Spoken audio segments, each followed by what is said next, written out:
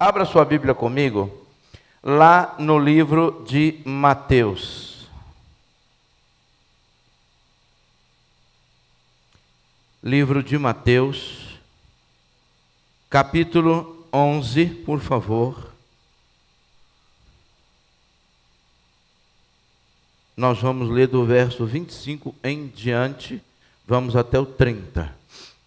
Esse texto, ele começa, logo no primeiro versículo, temos a mensagem de João Batista, quando ele vai e manda os seus discípulos perguntarem a Jesus se Jesus era o que havia de vir ou devemos esperar outro, e Jesus então responde a João Batista através dos seus discípulos, manda os seus discípulos dizerem a ele o que eles estão vendo, né? Os cegos veem, os coxos andam, os paralíticos ficam são, pessoas são libertas. Então ele vai falando, e depois ele exalta esse João Batista, João o Batista, dizendo que entre os nascidos de mulheres, nenhum outro é tão imenso ou maravilhoso ou maior do que João Batista.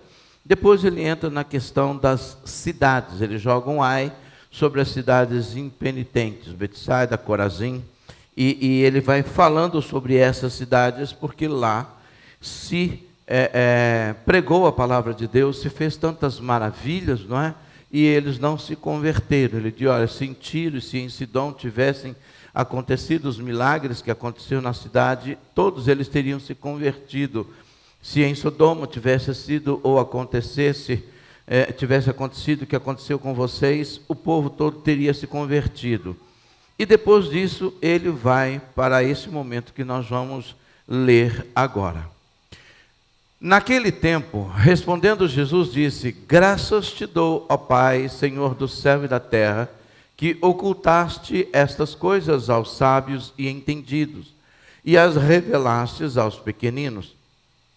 Sim, ó Pai, porque assim te aprouve.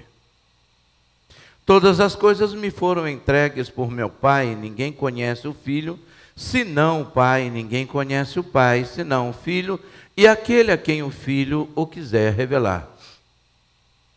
Vinde a mim, todos os que estáis cansados e oprimidos, e eu vos aliviarei. Tomai sobre vós o meu jugo, e aprendei de mim, que sou manso e humilde de coração, e encontrareis descanso para as vossas almas. Porque o meu jugo é suave, e o meu fardo é leve. Coloca o 27, por favor. Volta para o 27. Todas as coisas me foram entregues por meu Pai. Diga comigo, todas as coisas me foram entregues por meu Pai. Amém? Fala assim, tudo está nas mãos dele. Você acredita nisso, sim ou não? Porque às vezes a gente acredita como um assentimento mental, como algo que foi incutido, que foi colocado na nossa mente, mas a nossa vida, por vezes, ela não reflete essa verdade. E é importante que ela reflita. Eu vou pedir para apagar essa última luz aqui, porque ela está bem em cima do meu olho, e aí ela me cega. Obrigado, querido. Obrigado mesmo. Confiar na suficiência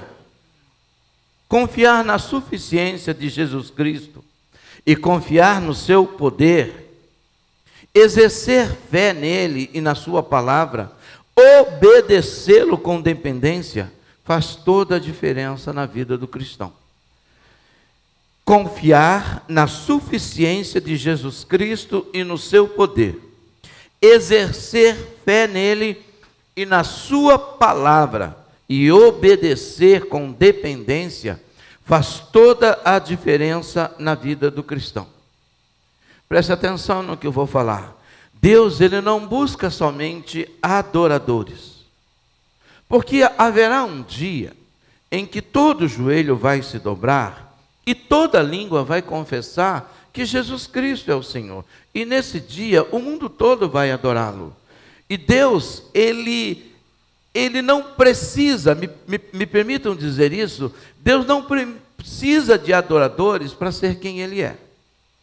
Deus não anda em busca de adoradores porque Ele tem necessidade, sabe, para inflar o ego dele ou de alguém que o adore, que o celebre, que o glorifique, que fique exaltando o nome dele para ele ser quem ele é.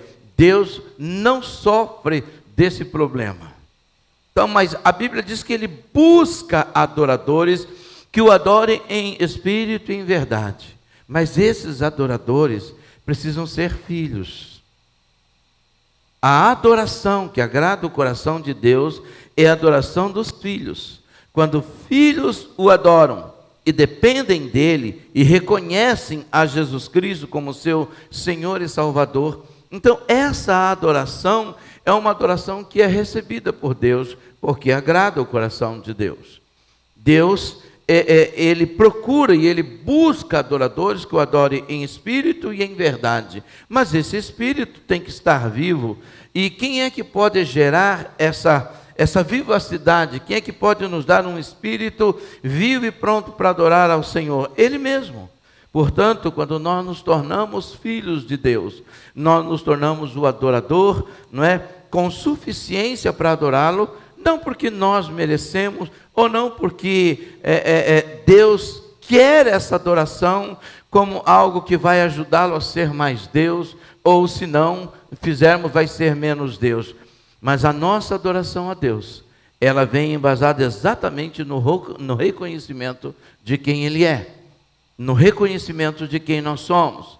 E a adoração é a declaração de que nós estamos satisfeitos, não é? Em tê-lo como nosso Deus, em reconhecê-lo como nosso Deus e em depender da sua graça e da sua bondade.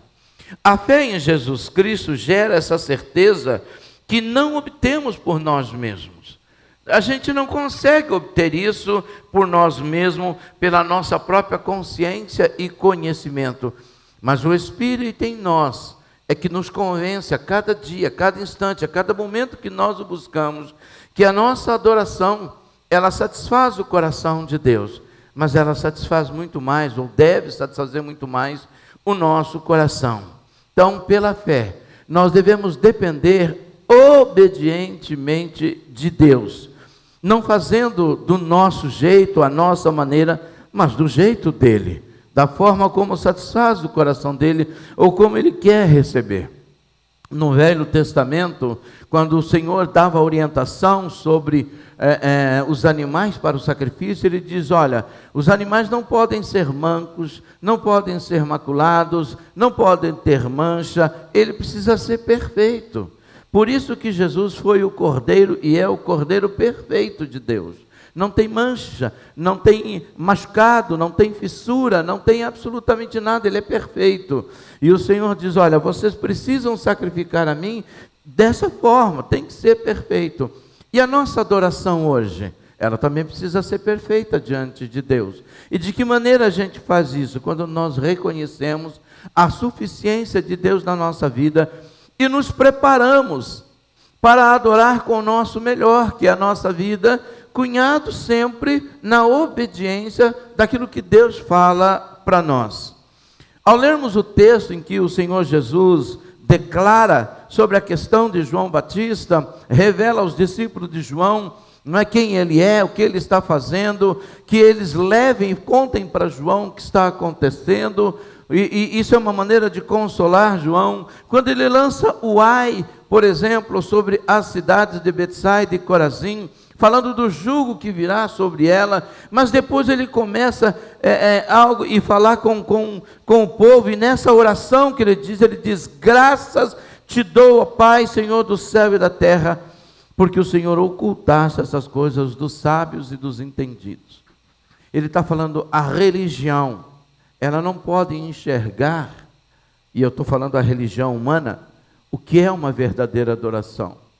Os escribas, os fariseus, os doutores da lei, não conseguiam enxergar o Senhor Jesus, não conseguiam discernir que Ele era o Messias que havia de vir e que já estava entre eles, que Ele era o Emanuel, Deus conosco. Eles não conseguiam perceber isso, e por isso perseguiam. João, por sua vez, ele manda perguntar, ele não está colocando em dúvida, ele só está dizendo, olha, é este Tu és aquele que havia de vir ou temos que esperar outro? E quando essa palavra volta para João, nós entendemos que João não questiona mais. Sabe por quê? Porque João entendeu que aquele era o Messias. Às vezes, nós colocamos em dúvida as coisas que Jesus está fazendo na nossa vida ou aquilo que Ele quer fazer na nossa vida. E o Senhor Jesus diz no verso 27 que todas as coisas estão nas mãos dEle. Tudo me foram entregues por meu Pai. E quando Ele fala todas as coisas, Ele continua dizendo, e ninguém conhece o Pai, senão o Filho, e ninguém conhece o Filho, senão o Pai, e aquele a quem o Filho o quiser revelar. E a quem que o Filho tem revelado? Aos pequeninos, aos que não são sábios em si mesmo, aos que não são arrogantes com o conhecimento que têm. A fé não é algo que nós explicamos, é algo que nós decidimos crer. É algo que nós decidimos escolher e acreditar nesse Deus, óbvio que movido pelo Espírito de Deus, que nos convence do pecado e do juízo. Quando eu creio, há algumas coisas que eu preciso entender nesse texto de Jesus, que ele vem falando desde a explicação dada aos discípulos de João Batista, desde o ai que ele lança sobre a cidade de Betsaida de Corazim. Quando ele fala do jugo, ele está dizendo daquilo que eu e você podemos ter em Deus, e ele assegura-nos sobre algo muito importante. E essa fé, ela nos garante, primeiro, que todas as coisas estão na mão de Jesus Cristo, mas não é um peso, uma frase. Eu preciso pensar o que significa esse todas as coisas. Jó, no término da sua luta, ele diz, bem sei que tudo podes e que nenhum dos teus planos podem ser frustrados. Ele está dizendo, olha, o Senhor pode todas as coisas, o que eu passei, o que eu enfrentei, tem não somente a tua mão que permite, mas também a sua mão que sustenta, que dá graça, que me ajuda, que me fez chegar até o outro lado desse momento difícil da minha vida, porque eu sei que o Senhor pode todas as coisas e que nenhum dos seus planos podem ser frustrados ou podem ser impedidos. Depois da morte de Jesus e a sua ressurreição, antes dele enviar os seus discípulos, ele diz, é-me dado todo o poder no céu e na terra. Olha o que ele diz, é-me dado todo o poder no céu e na terra. Esse poder que está nas mãos do Senhor, quando eu entendo que é todo o poder, eu entendo que a minha vida, ela está debaixo de uma segurança que eu não entendo, que eu não compreendo, que eu não consigo definir pela minha mente humana limitada, não é? Mas eu creio pela fé e eu me lanço pela fé para receber esse cuidado, esse amor, essa graça, essa dispensação que está disponível para mim e para você. Todas as coisas estão nas mãos de Jesus Cristo, porque nele habita toda a plenitude da divindade, e é nele que nós estamos perfeitos e perfeitamente protegidos. Colossenses 2, 9 e 10, lemos o seguinte, porque nele aqui Jesus, habita corporalmente toda a plenitude da divindade, e estais perfeitos nele, que é a cabeça de todo o principado e de toda a potestade, ou seja, de toda a autoridade existente. Se nele habita tudo, conforme a palavra de Deus diz, então eu sei que tudo o que eu preciso buscar nele. E Paulo escreve, vocês estão aperfeiçoados nele. Vocês estão debaixo de uma cobertura, portanto, não aceite acusação ou condenação. Não ache que vocês precisam de um trabalho auxiliar para ser salvo, para ter o selo do Espírito Santo. Sim, nós precisamos crescer em Deus, mas crer na suficiência do sacrifício de Jesus, crer que com Ele está todo o poder e que Ele é o cumprimento de tudo aquilo que o Senhor Deus preparou, e fala, o Pai Eterno preparou para nós, nos preenche, gera segurança em nós. Por isso é importante que eu e você entendamos isso. Jesus, ele diz, naquele tempo, respondendo, Jesus disse, e ele faz uma oração: eu te dou graça, Senhor, porque o Senhor ocultou essas coisas. O sábio quer prova, os sábios entendidos querem compreender, mas há coisas que a gente não consegue entender. Na vida de fé, tem coisas que a gente não compreende, tem coisas que nós não entendemos, mas a gente sabe que precisa fazer. Uma delas é fazer essa declaração interna de que nós somos dependentes de Deus, e não é algo que a gente faz somente num culto, a gente faz todos os dias. Eu olho para Jesus pelos olhos da fé e vejo que nele está todo o poder, e esse todo o poder é tudo o que eu preciso. Do que eu preciso hoje? Do consolo eu tenho. Do que eu preciso hoje? Do fortalecimento eu tenho. Do que eu preciso hoje? Do perdão dos meus pecados eu tenho. Do que eu preciso hoje? Da sabedoria que vem dele eu tenho. Do que eu preciso? Da cura, do cuidado, da provisão. Do que eu preciso? Eu preciso acreditar que com ele está todo o poder, e nas mãos dele foi entregue todas as coisas. Então, se ele é dono de todas as coisas, e amém, e com ele está todo esse poder, que bom. Ele tem todas as coisas e ele tem todo o poder. É o Deus que pode mover por todo o poder que tem todas as coisas que eu preciso e necessito. Isso não significa que ele vai dar aquilo que eu julgo necessitar, mas aquilo que de fato é uma necessidade na minha vida, Deus está ali para me dar. E eu não preciso ficar correndo atrás. E eu não estou falando de letargia agora, já que eu não preciso ficar correndo, eu vou ficar esperando, não é? Não, não é isso. Eu estou falando que a minha vida, ela precisa ter uma obsessão por Deus e não obsessão pelas coisas. É uma obsessão por conhecê-lo. Porque conhecendo Deus eu me conheço, e me conhecendo eu vou entendendo os meus limites e aquilo que tenta convencer o meu coração de que não é de Deus, ou que não vem de Deus, ou que eu não preciso de Deus.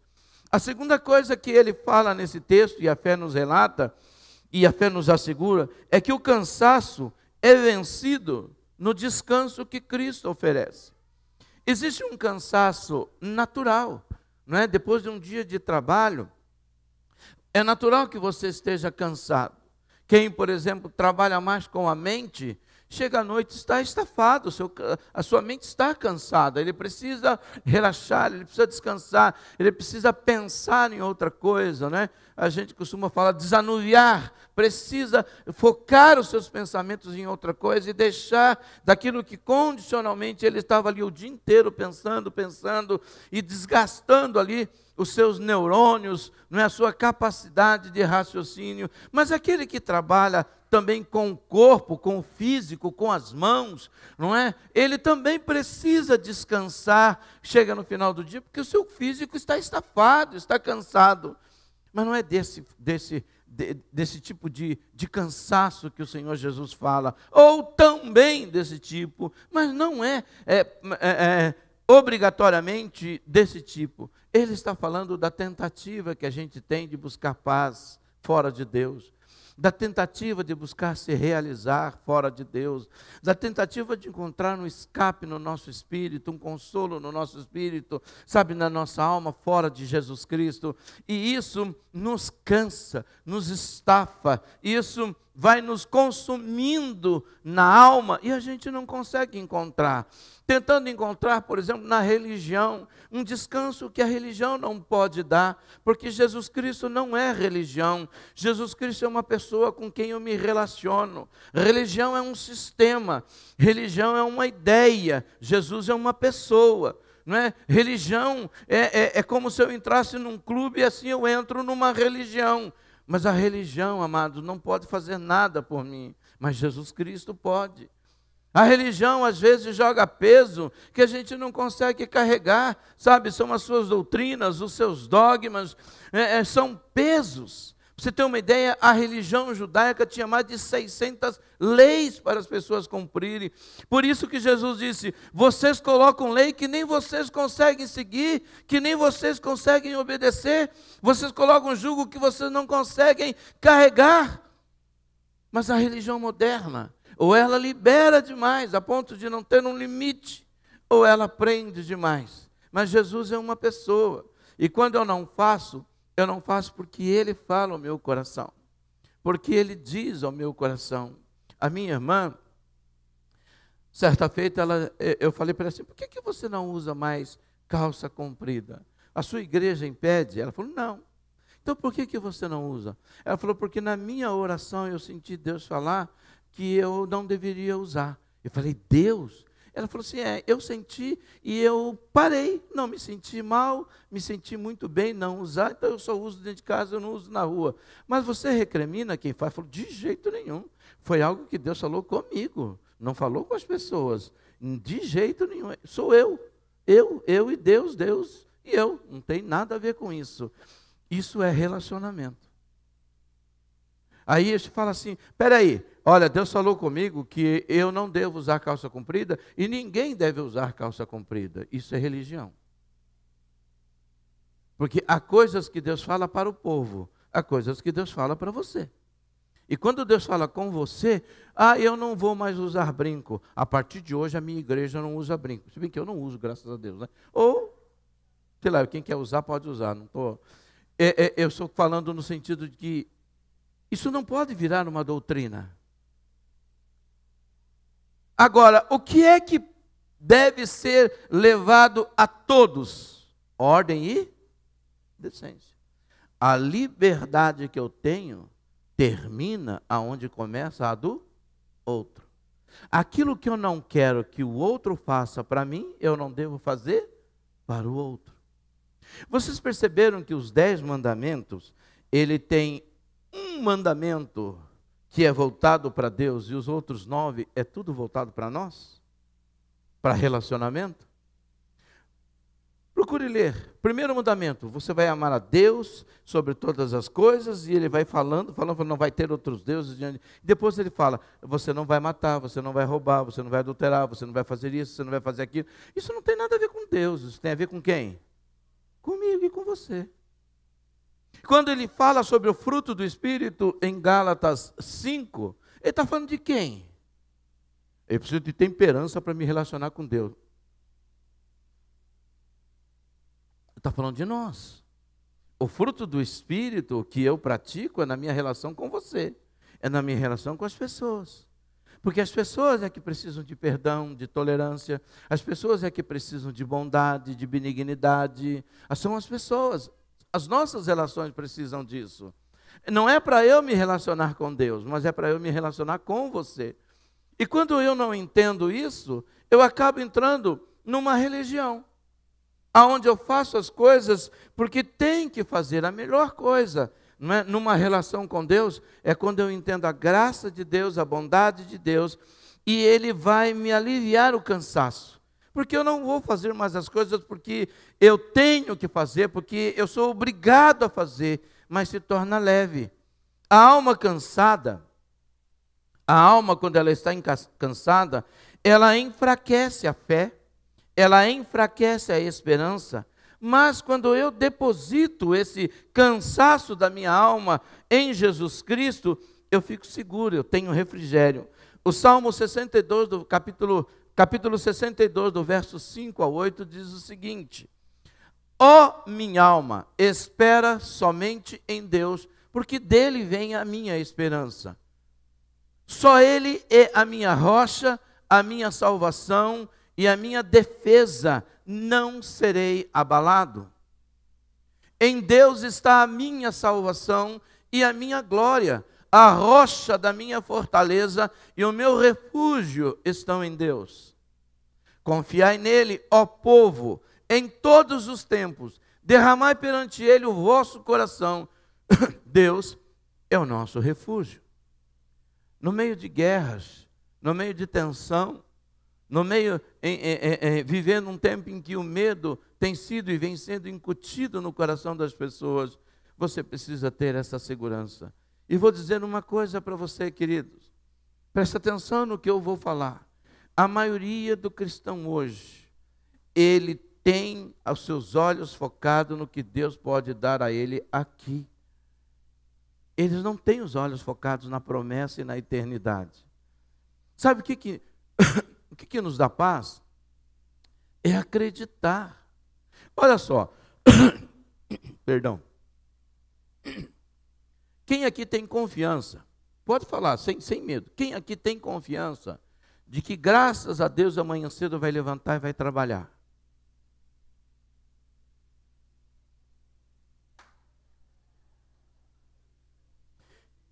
Quem aqui está desempregado? Já levantaram, olha lá, tem algumas pessoas. Então está todo mundo empregado, graças a Deus, né? E quem está desempregado vai ter confiança em que Deus vai abrir porta de emprego, amém? Mas quem aqui tem certeza, e quando eu falo certeza, eu estou falando humano, tá? De forma humana, que amanhã cedo vai levantar e vai trabalhar e vai ter os seus afazeres. Mesmo assim, ainda tem um monte de gente incrédula. Quem aqui tem certeza de que amanhã vai morrer? Quem aqui tem certeza que amanhã vai estar vivo?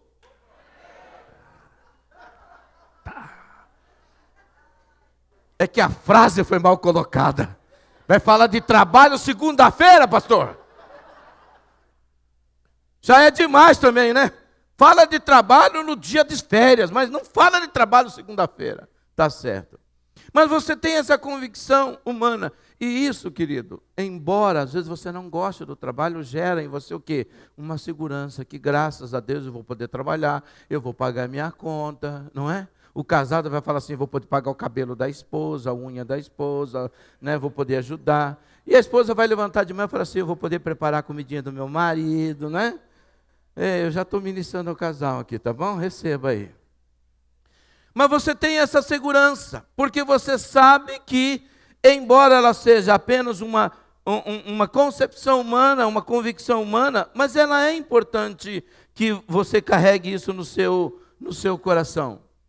Mas há muitas pessoas que elas não olham para Deus dessa forma, como alguém que vai dar a ele, ou gera nele essa segurança.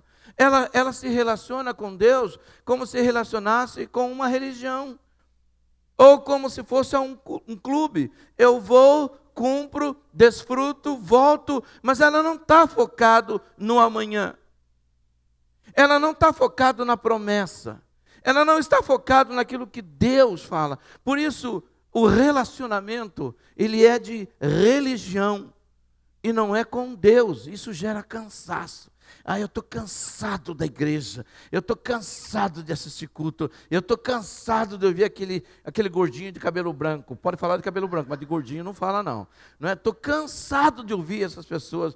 Sinceramente, eu não aguento mais. Por quê? Porque o seu relacionamento, antes de ser com Deus, é com a igreja. E a igreja, ela cansa mesmo, como cansa o trabalho. A igreja gera estafa, porque tem gente como tem no trabalho. Sabe aquele cara que você fala, meu Deus, que cara chato que eu tenho lá no emprego. Se eu pudesse, eu mandava ele embora. Vai dizer que não tem irmãozinho aqui assim que se pensa. Grita Deus. Tem ou não tem? Vocês todos olharam para mim, o que eu quis dizer isso? Sempre tem. Eu oro todo dia, Deus, me dá graça para aguentar o pastor Robson. Me dá graça para aguentar o pastor Robson. Estou brincando, Robson. Entendeu? E ele canta para mim, Senhor, dá-me mais graça, Senhor, dá-me mais graça. Todo mundo, em todos os lugares, mas quando a minha relação é com Deus, ela se torna leve. Então, eu venho para a igreja e encontro meus irmãos, aqueles mais chatos, aqueles mais legais, mas eu sei que a minha relação é com Deus. Esse fardo, que são amar pessoas, que às vezes a gente tem que ter um algo a mais, fica leve. Fica gostoso, porque é um aprendizado. E ele fala, vinde a mim os que estão cansados e sobrecarregados de carregar jugo da religião, de carregar preceitos de homens, de carregar aquilo que não consegue preencher e satisfazer a sua alma. Vem a mim se você está cansado. Se você está sobrecarregado de tentar se salvar por si só, vem até mim. Veja o que eu estou fazendo. Veja o que eu posso fazer por você. Sabe? E o salmista diz, a minha alma espera somente em Deus. Ele diz, eu não espero do homem, eu não espero das pessoas, eu espero em Deus. As pessoas me abraçam, me confortam, me consolam numa necessidade, num momento triste, sim, mas eu entendo isso como um mover, um trabalhar, um agir de Deus na minha vida, colocando alguém para ser o meu consolo, o meu conforto, o meu amigo, estar do meu lado, mas a minha primeira relação tem que ser com Deus. O primeiro momento da minha vida tem que ser com Deus. Então, esse cansaço, ele não é gerado porque eu sirvo a Deus. É gerado porque eu sirvo a uma religião mais do que eu sirvo a Deus. E a religião não vai satisfazer. Nenhuma religião no universo humano vai satisfazer a alma humana. Mas a relação, o relacionamento, a intimidade com Deus, isso sim, isso nos alivia. Isso tira de nós a tensão do dia a dia. Sabe, isso faz com que nós foquemos na esperança de dias melhores, de que o Senhor está cuidando, de que com Ele está todo o poder e na mão dEle estão todas as coisas. Então Ele não perdeu o controle. É ali a fonte em que eu preciso buscar tudo o que eu preciso. E por último, a fé nos assegura que Cristo jamais nos dará uma carga insuportável ou uma tentação que a gente não consiga carregar. A religião não. Sabe, amados, eu já encontrei pessoas que falaram, pastor, eu saí daquela igreja porque eu não aguentei. É tanto isso, tanto aquilo outro, é tanta coisa que a gente tem que fazer como imposição que fica pesado. Eu falo, mas e o seu relacionamento com Deus? Pastor, eu não tinha nem tempo de ler a Bíblia. Óbvio que isso é um pouco de exagero. Mas às vezes a gente precisa entender que Jesus jamais vai colocar em nós uma carga que a gente não consiga carregar. Mas às vezes a gente não pode ser tão frouxo, tão mole, não é? Tão preguiçoso e deixar, essa carga está demais para mim. O que você está carregando? Uma pena. E está demais? Né? Então, não é assim também. A vida tem as suas agruras. Faz 500 anos que eu não uso essa palavra. A vida tem o seu tempo difícil, o seu peso natural. E a gente tem que enfrentar tudo isso. Não tem jeito. Não tem jeito. Quando você entra numa piscina, você sabe nadar, e você entra numa piscina para nadar, não é? Para brincar, você não dá pé, mas você sabe nadar, graças a Deus, você está no lazer. Mas você quer ficar em cima da água, então você vai ter que bater a mão, vai ter que bater o pé, vai ter que controlar a respiração, senão você vai afundar. Sim ou não? Hoje essa piscina aqui tem 3 metros, mas como eu estou na área de lazer, eu vou pular. Quando você despertar, você está com um peso de água em cima de você. Por quê? Porque se você não controlar a respiração, se você não bater as pernas, se você não bater o braço, se você não se equilibrar na água, você vai afundar. Porque tudo na vida é assim. Jesus não veio aqui, amado, para resolver. Eu vou falar uma coisa que tem gente, pastor, o senhor é um herege. Jesus não veio para resolver os seus problemas. Os seus problemas são seus problemas. Ele veio para te dar conselho, ele é conselheiro capaz, ele veio para estar com você na solução desse problema, ele veio para te dar força. Mas quem é que arrumou o problema? Fui eu, pastor. Então, se vira. Deus te abençoe. Entendeu? Ema. Você está entendendo? Mas eu queria libertar a minha cidade, disse Gideão. Mas vai. Mas como é que eu vou? Eu vou com você. Mas, como Deus estivesse falando assim, sozinho eu não vou não, filho. Porque o povo está enroscado por causa deles, mas eu te ajudo. Eu te ajudo. Jesus veio fazer o ministério na terra e ele não tinha pecado nenhum, mas ele foi selado e cheio do Espírito Santo. O Espírito Santo estava com ele, o Pai estava com ele. E ele disse, as coisas que falo e faço, não falo e faço por mim, mas o Pai que está em mim é quem fala e faz através de mim. Ele está falando, eu dependo do Pai. O problema é que alguns cristãos não querem depender nem de ninguém, muito menos de Deus. Aí a gente se enrosca. Mas olha, quando nos desviamos para nós mesmos, porque o homem se desvia para ele mesmo, quando ele olha para si mesmo. Nossa humanidade e suficiência Quando nós nos desviamos para nós mesmos, para a nossa humanidade, para a nossa suficiência, a vida fica difícil. Porque a vida impõe cargas pesadas e a religião, ela potencializa isso. Ela tem a capacidade de potencializar aquilo que, por vezes, é negativo na nossa vida. Entendeu?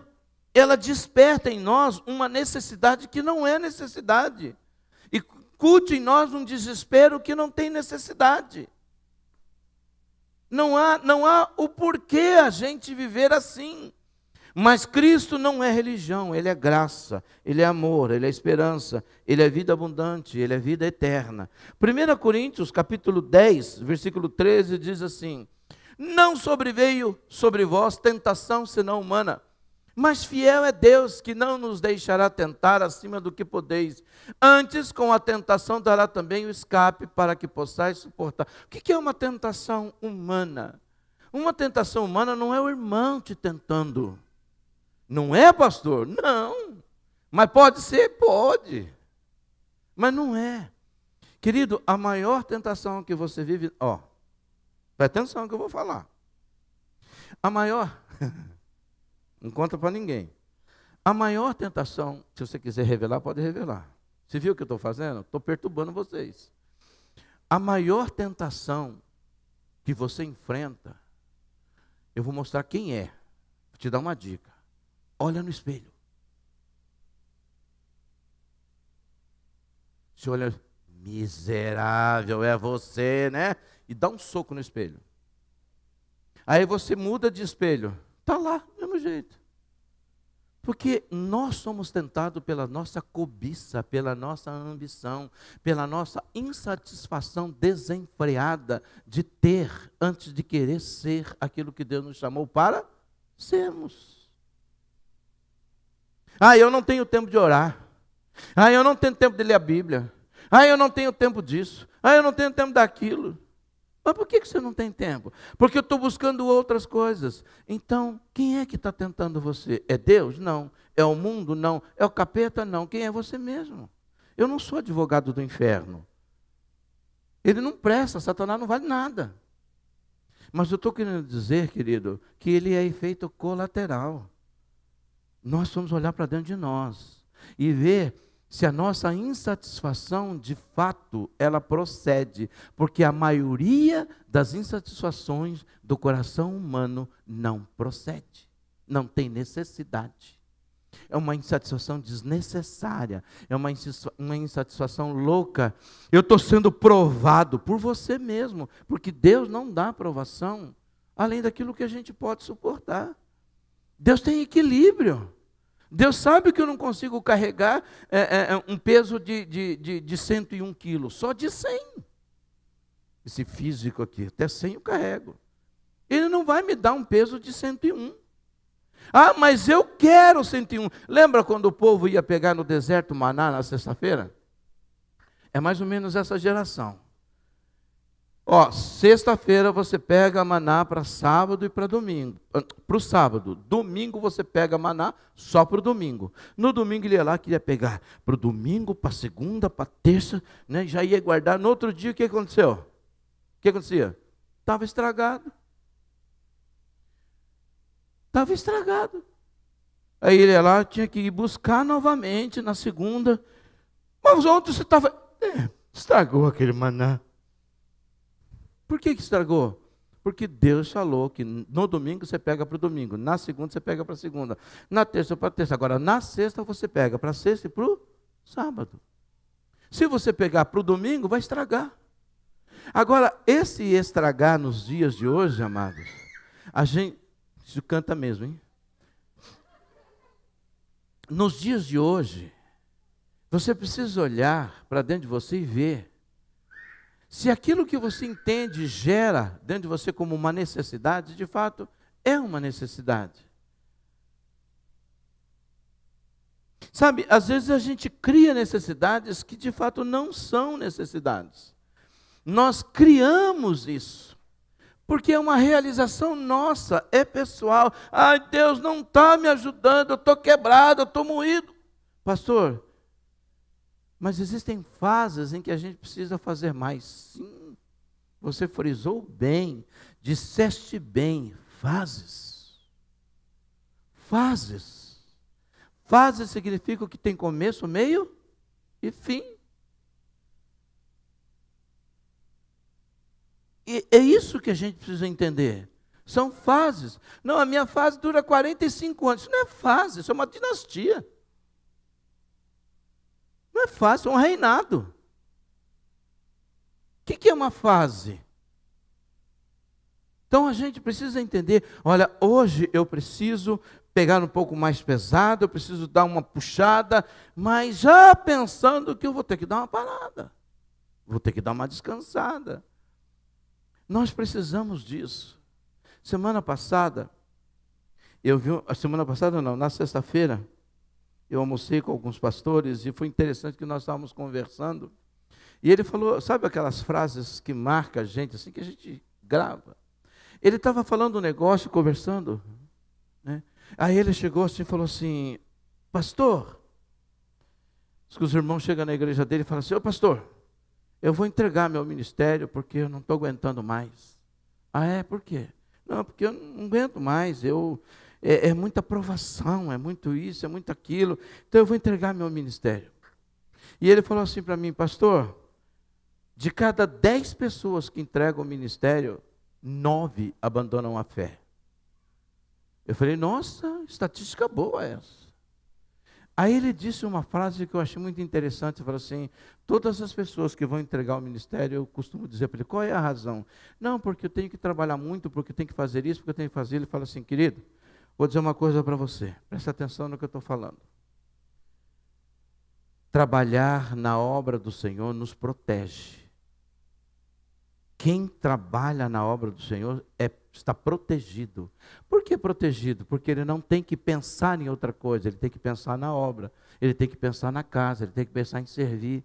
Mas quando você não trabalha mais, naquele espaço que você tinha para pensar em reino, vai entrar coisa do mundo, vai entrar ganância, vai entrar um monte de coisa. E quando você perceber, você está longe. Deus colocou o trabalho para nos proteger. A obra de Deus nos protege. Porque a gente tem que estar sintonizado e pensando naquilo que nós temos que fazer.